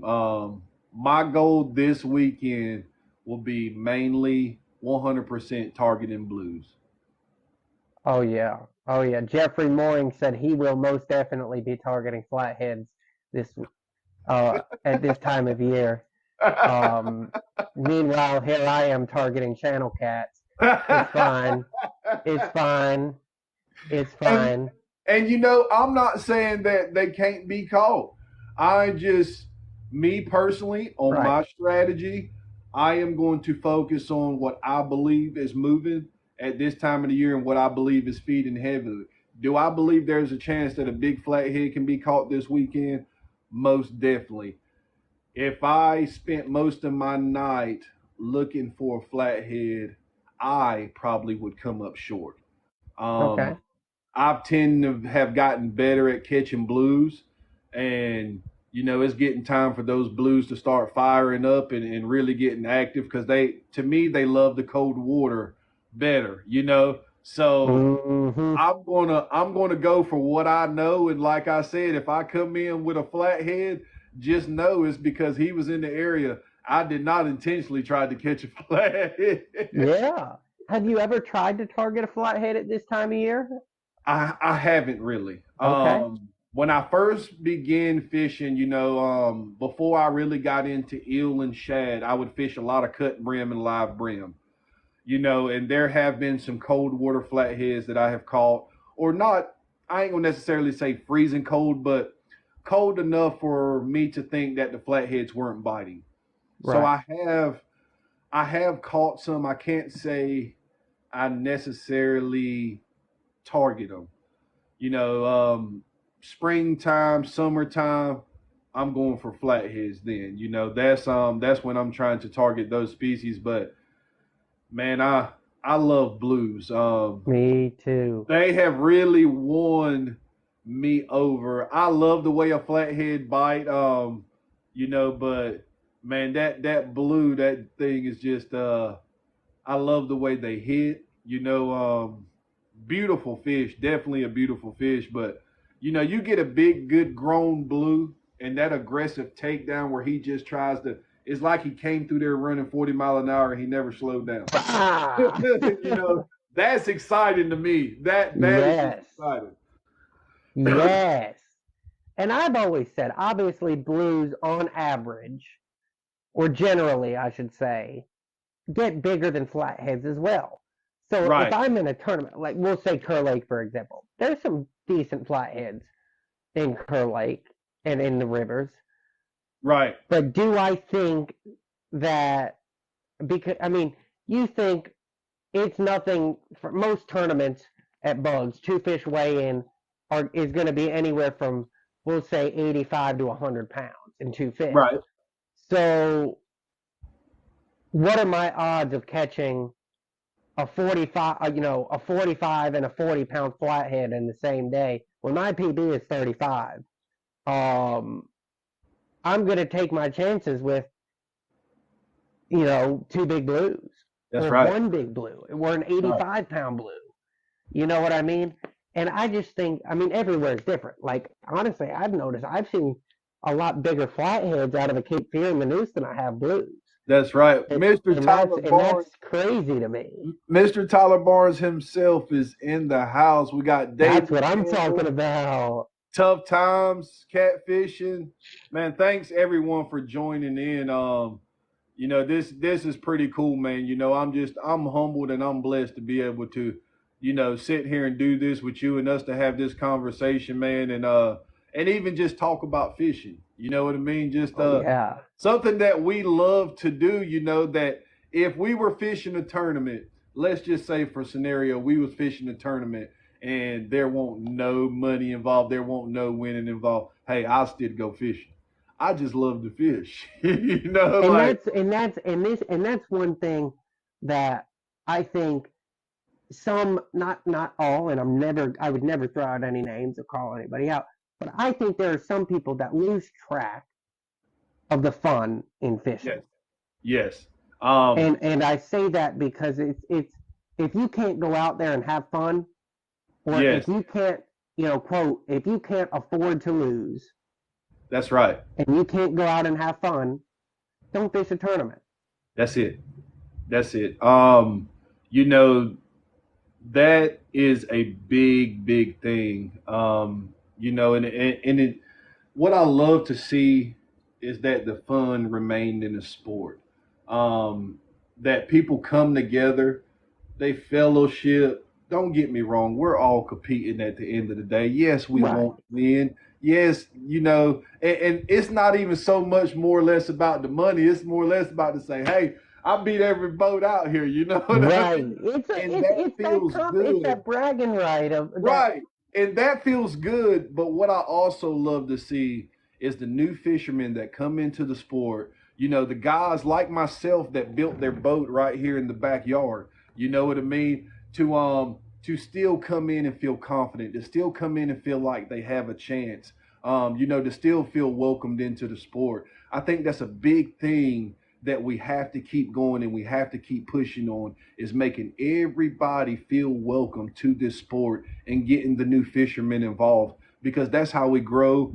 That's how we keep our sport alive and growing. If we don't get these new guys involved and we don't make these new guys feel welcome, all we're going to have is the same people fishing. And eventually somebody is going to be like, all right, look, man, y'all can have it. I'm done fishing. You know what I mean? And the sport dies off. So I never want this to become a job for me. I never want Right. this to become to the point where I can't enjoy it anymore and I have to take it so seriously that I forget, that hey, this is something that I do to enjoy. So that's a big, big key thing to me. Absolutely. And you hit the nail on the head. If you can't go out there and have fun and enjoy good, whether it's you're fishing alone or whether you're Right, fishing with people, there's always good company. There's some right, friendly competition, some friendly banter. But at the end of the day, we're all out here enjoying the same passion that we have. We're, right. you know, it's the way I look at tournament. Now there are some tournaments where there's a lot more money Hmm. involved, and those are a little bit more than friendly Oh bets. yeah. Oh yeah. But at the end of the day, I think at the end of the day, it's for me the exciting part of a tournament. Obviously, I love the fishing. I love the actual fishing aspect, but it's seeing like the ice bowl. The ice bowl is one of my favorite tournaments simply Right, because you've got 250 plus boats from all over the country, and a lot of these people are like Facebook friends that I don't see often because they live on the other side of the country, and we're all together in one place where right, it doesn't matter what rod you use, doesn't matter what gear you use, it doesn't matter where you're from, what you use, we're all just there mingling, talking, catching up, right. That's telling it. stories, and the camaraderie that I see. It Yes, just that's what it's about. It's about making these. It's about the networking. It's about the connections. It's about seeing old friends and meeting new, yes it and is. just seeing the one thing that matters is we all Right. love to fish. And now come tournament time, Hey, come it is tournament what it time. is. Hey, it's time to go. And there's a few newer guys who have started coming to the tournaments and stuff that we fished this year, man.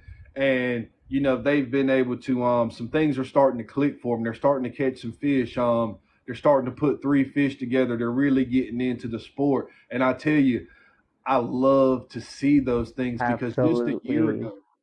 just a year ago, that was me.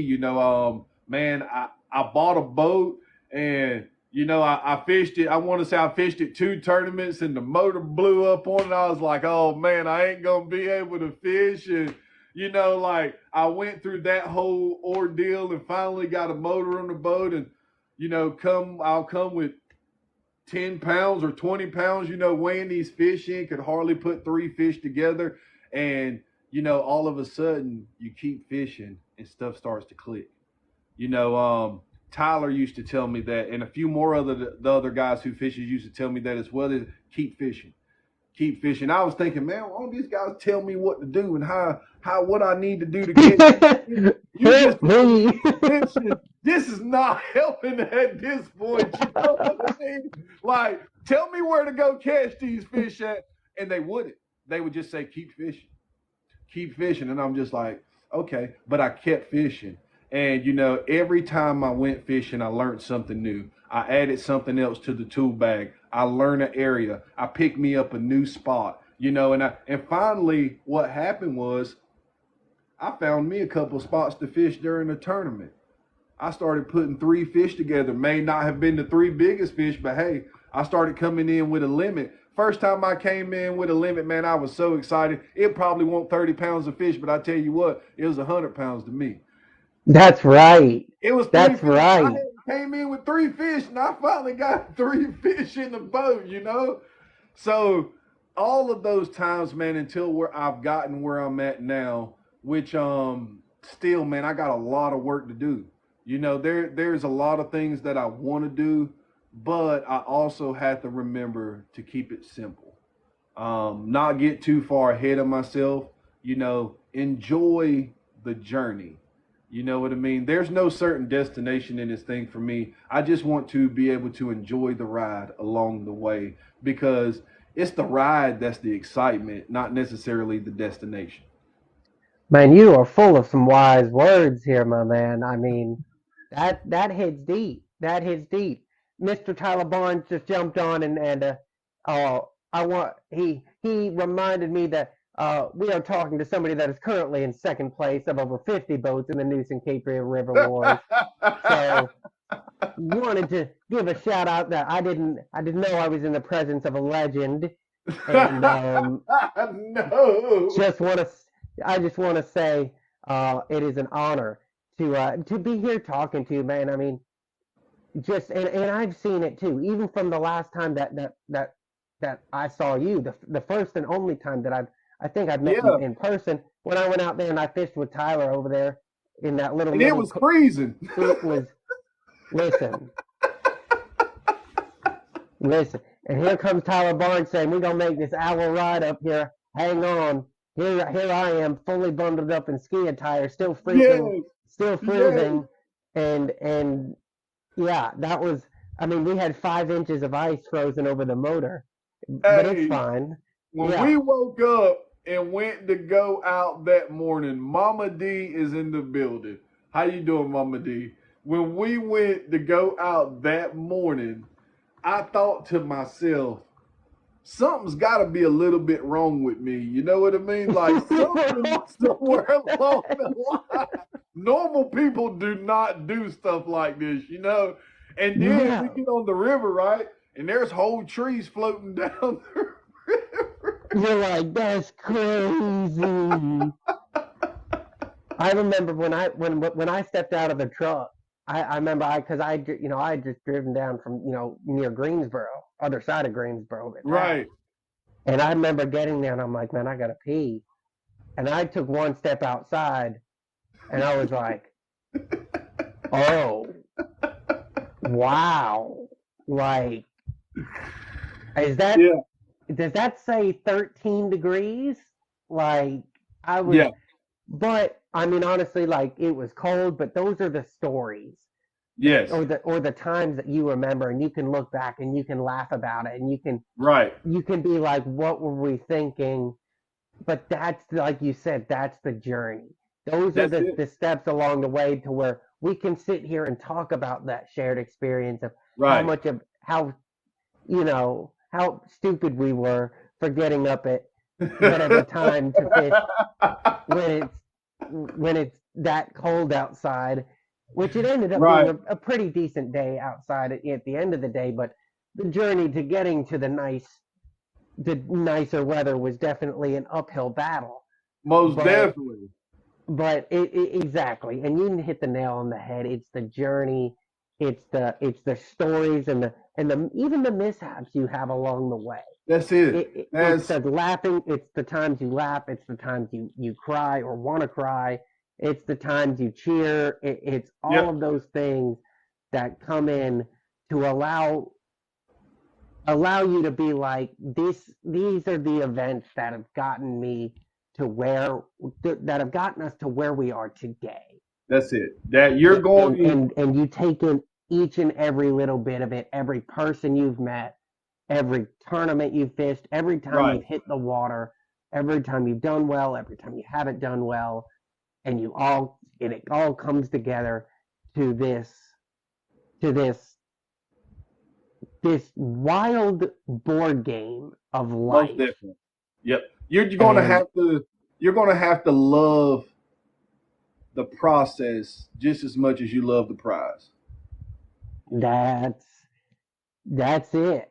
If That's you're it. going to do this right here and be successful, you're going to have to fall in love with the process. Now, the process may not always be easy. You know, the process is the process. The process has a whole lot of things involved in it. And sometimes you're going to be frustrated. You're going to be like, you're not going to be catching fish. Things are not going to be going your way, but you're going to have to stick it out. You're going to have to keep going. You're going to have to go a few times and get skunked. You know what I mean? I don't know nobody who I know in this fishing industry who has not taken them a skunk. No. I don't know nobody who's not taking them a skunk.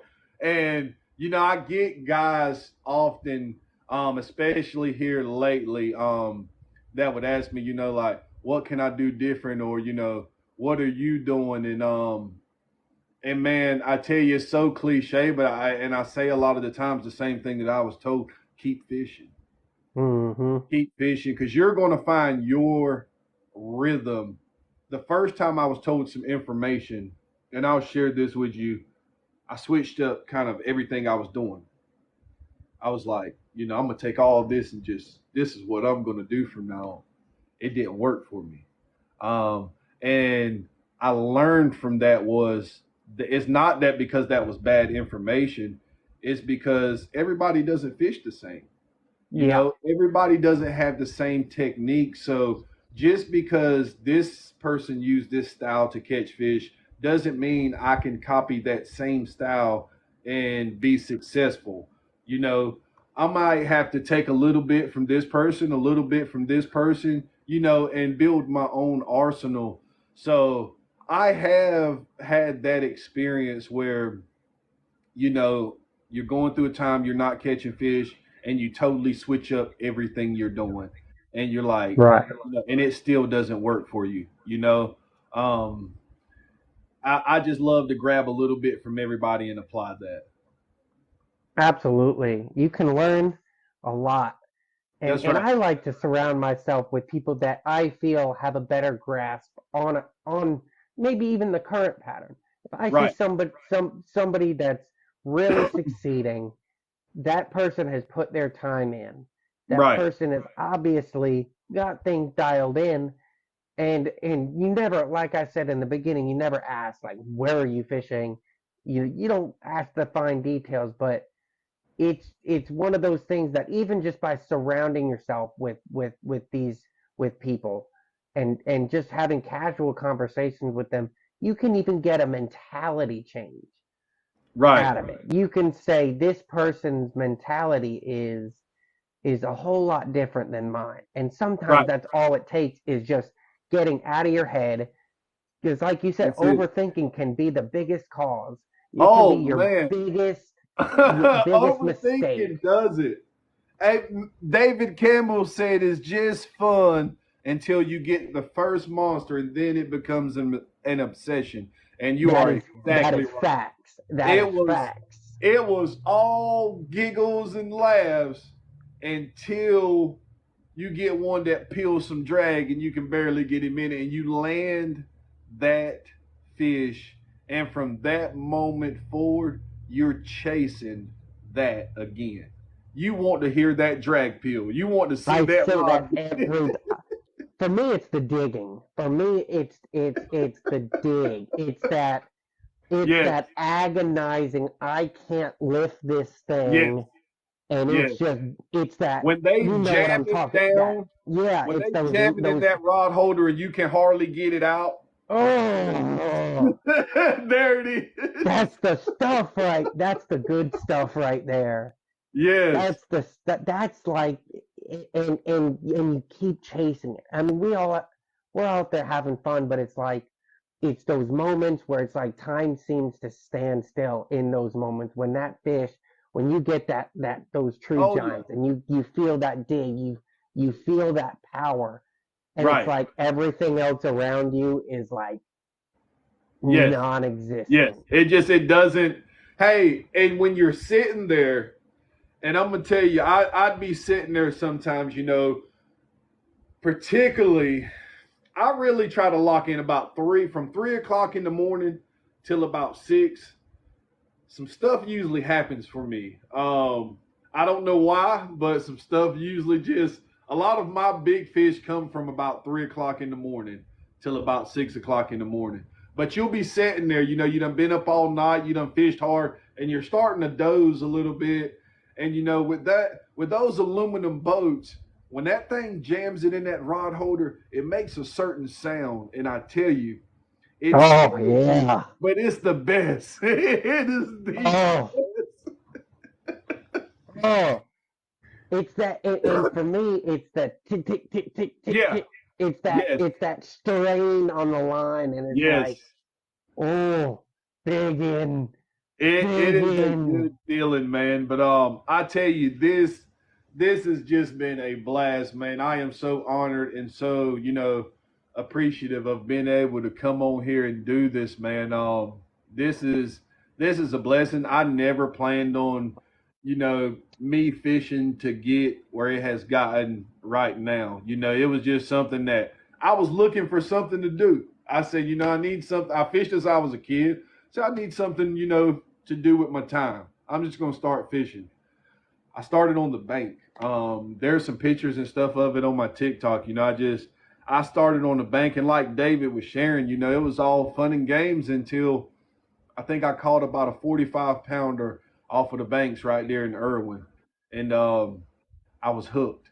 At that point, you know, um, I was hooked something seriously. Yes. I had a friend, Blake Core. He took me on his boat to a tournament for my first time. And I was blessed enough and fortunate enough to have him do so. And on the way back from that tournament, I looked over at him and I told him, I said, I'm gonna get me a boat. And I had it made up in my mind. I said, I'm gonna get me a boat. Man, I went and got me an aluminum boat, like a 16. I want to say it's like a 1650. I still have it now. It's the one I fish out of right now. And I started the process, man. I built this thing in the backyard, did all the work to it myself, and I never imagined that things could go where they're headed now. And I'm grateful, man. I'm blessed just to be able to enjoy stuff like this. There's a lot of people that wish and are not able to get out and enjoy and do the things that we do. So for us to be able to do them, man, we got to show some gratitude and realize it's a blessing. And staying that humble and realizing that, we, I mean, like you said, and I'm honored to have you on here, and just to be able to, like you said, have these conversations, and just and talk about what we all just love to do. I mean, at Right, the end of the day, we've all got the stories. We've all got the ups. We've all got the down, the good stories, the bad, or the not so good stories, the learning right, experiences. And so it's something we can all relate to. And I think right, that can go a long way with, for every story that I have, we both, we can both say we've been there. We've been there, we've experienced it, and we can have these relatable conversations. And I think that creates for just some amazing, um, I mean, keep using the same word, but just conversations and time, that's right. quality time, spending talking about what we know and love, and realizing that we're not alone in this. So, like, I know a lot of times when I miss a real big fish, I'm like, oh, so I think to myself, well, anybody else probably wouldn't lost, wouldn't, they don't know the feeling, or some, Right. you get that, and then you get brought back of, man, I lost a big one today too, rip and drag, and you're like, Yeah. okay, I'm not alone in this. It happens to us. We all suck at fishing. It's fine. Right. Just for That, that one day hey, that's anyway. you're gonna But win some, you're gonna lose some, but you're gonna man, lose a lot more than you win. right. And I'd love, and maybe this is something for Tyler, I'd love to see that keep fishing on one of them shirts, that phrase, and it sounds cliche, but it's so the truth, man. If I had anything to tell someone or any pointers, it would be keep fishing. Remain teachable. You know, don't get so caught up in trying to win or trying to be successful that you forget to enjoy yourself. If you'll keep fishing, you'll keep enjoying the process. Success will come. It'll definitely come, but Absolutely. if you don't enjoy it along the way, what is success without being able to enjoy it? You know, I Absolutely. don't want to be successful and to the point where it's not fun anymore. I'd rather be, successful at a pace where it's still fun to me. I still Yep. get to enjoy the trips. I still get to enjoy the people, the fellowship, and different things of that. And man, just always remember to clap for people. Whether you're Yes. winning or whether you're losing, that doesn't matter. Always clap for the man when his turn. Um, Exactly. Tyler told me something, and it made a lot of sense to me. You know, he said that if you don't clap for others, it'll never be your turn. And man, that Hmm. that makes a lot of sense. You got to clap for others and be a good sportsman. Sometimes we can get so caught up in the winning, the money, the recognition, and different things like that that we forget about the sportsmanship in the sport. Exactly. Cheer for others, man, and I don't care whether you got a man coming in with 110 pounds or you got that man coming in with 30. I'm gonna clap just as hard for that man coming in with 30 pounds because you know what? Hmm. He did the same thing I did. He went out there, he fished his butt off, he stayed out there all night, and he did not just say, "Well, I ain't got a lot of weight, I'm not going to weigh in." He still showed up to weigh in and weighed his fish. And sometimes you're going to have to weigh in some 30s and some 20-pound weigh-ins before you can weigh in some 60 and 70 and 80-pound weigh-ins. Oh man, at the ice bowl, and I listen. I've gone to weigh in and held up my 2 pound channel cat with pride, putting me in 97th place. But you know what? I caught a fish. I That's had right. fun, and you know what? When you win, when it don't matter, like you said, whether I know the person or not, you deserve it. You put That's your right. time in. You fished hard. You know, you got it, bro. That's your Right. time. This is your time, That's and it. and Everybody's got their time. And you know when you go out there, the few times that I have went out there and done real good in the tournament, it was like from the very start, I just had a feeling that it was going to be a good night. right. There was just from the first set out that I put the poles out and caught some fish. I'm just like, boom, this is gonna be a good night. And man, just remember to be, man, be kind to others. You know what I mean? Especially for the new guys that's coming in to the sport. You know what I mean? Sometimes it could be kind of nervous coming in from a new area or fishing a new Hmm. body of water and not knowing nobody. I love to try to make people feel welcome. You know what I mean? Absolutely. You see a stranger or somebody you never seen before coming up to a tournament, hey man, you never know what it does for that person if you walk up and introduce yourself, you know what I mean, and let them know that hey, you welcome them to be out here, you want them to be out here. Man, that's going Hmm. to bring more people into this sport, and that's going to bring more people to your tournament or series or whatever. If you make those guys feel shunned, you make those guys feel like they're less than, like they're not as important, you're going to drive people away from a series, a tournament, or whatever the event may be. You're going to drive people away from that. And that ain't what we want to do. We want to bring people into this thing and make this thing grow and just have something where everybody can enjoy and have fun. Absolutely. There's no limits. There's no anything like that. I mean, there's plenty of water out there. There's plenty of plenty That's of it. gear, plenty of We water. can't catch them all. That's right. That's right. As long as they're catch and releasing, as long as they don't hold the spinning That's reel right. upside down, that's a red flag. If I see somebody holding the spinning reel upside down, they They might got have to get escorted off the premises and permanently banned.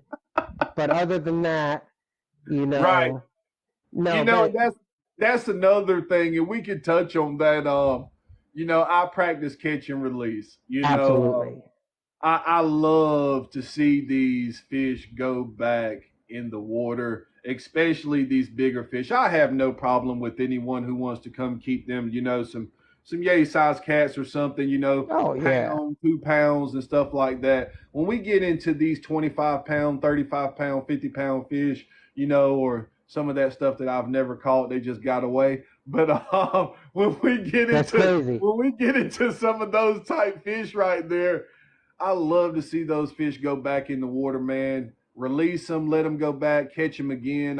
I do believe in having a healthy live well, making sure that Absolutely, these fish can be healthy while you got them in your boat. Not just to have them in there, kind of just barely hanging on till weigh in and stuff like that. I don't say nothing to nobody about that, but I really don't like, you know what I mean? If we're going to tournament fish, we're going to put these fish in the live well. Let's try to at least have the decency and take the time to make sure that we have an efficient and a working live well to keep these fish, nice and healthy while they're in our boat until we can release them back into their natural habitat. absolutely. Nobody likes to see a tournament where you see big fish, or any fish for that matter, It's floating. heartbreaking. Yes. Yeah, I mean, Yes. I think at the end of the day, hang on, I'm plugging my phone in now. Um, but I think it goes. I mean, because not to say it, that's a good way to get a bad name on a tournament series, and nobody wants to see it. Nobody wants to be right. that person. In Right. fact, kind of our rule of thumb is, look, at the end of the day, I like the idea of open scales, Right. because at least we're doing everything we can to say, look, if you get a big fish, come and weigh it in. No questions Even asked. You me. can go back out there and keep fishing. But the last thing that you want to see is floating fish. It's not a good look, and it No. doesn't make anybody else feel good as well. It's going to make me, if I'm seeing a tournament, if I'm That's fishing a it. tournament at the end of way and I'm seeing big fish float, I'm probably not going to Right. fish that tournament series again. And it's usually the bigger fish that we see that don't make it into live wells sometimes. And those fish are hard to produce. Those fish don't grow overnight. Those fish don't grow in 1 or 2 years. Those fish have been in the river for a while. Those fish take a while to get the size that they are. So man, it's very, very important to get some insight on your live well. Take some looks at some other people live well, because a lot of us, we build these live wells ourselves. I got one out there in my boat right now that I built myself. I did have, a couple friends that chimed in and was like, hey, this is how mine's working, and I got to look at some other people. So after a while I switched it up again. Get some insight on what's working, what's been keeping fish live and healthy and stuff like that. Please, whatever you do not just throw these fish in something with some water in it, or No, warm water, scalding hot water in the summertime. There's different little tricks you can do to kind of keep your water at a different decent temperature. Just and that's the good thing about talking to people, talking to some of those people who've been doing this thing for a while, getting some insight from them. Keeping your bucket empty so you can put something in it. And when I say that, what I mean is remaining teachable. If you yeah, know everything, you can't learn nothing. absolutely, absolutely. Well, Greg, it's been a pleasure. Um, I'd love to do another one with you sometime, Most and obviously definitely, we need to most do some definitely. fishing together. We need to hit the water again soon, whether it's me coming down there or whether it's We'll you do it. coming up and fishing some new water up at Right. Kerr or the James or somewhere like that. I think we'd have a great time out there, and man, I just appreciate you taking the time come up here and answer, talk to me, share some stories, and answer some questions. I know I've had a great time, and I think I speak for a lot of people who have watched the live and say that this has been a really, really awesome live, and I just appreciate everything you do, not only for, you know, eh, for me, but also just for the industry in general. Your positivity and just all around, your just your attitude and your drive. The success is definitely well deserved. Most definitely. Hey, I appreciate it. It has been a pleasure being on here and talking with you as well, and I look forward to us being able to get together and hit the water soon. Grab a couple of the guys and we go out and see if we can't freeze our tails off again. You know, I'm I'm game. we're coming up on that cold weather, but hey, it's been a good one. Absolutely. I got to get back to the work Me tomorrow. too. I'll be at work at 4 a.m. So, hey, thank you for letting me join you tonight. I appreciate it. And to everybody out there, thank you for joining in and tight lines till next time. Yes, sir. Thank you. And Jeffrey Mooring says, see you Saturday, Greg. Good luck. Most definitely, most definitely. All right, I'll talk to you, buddy. See you, buddy. All right.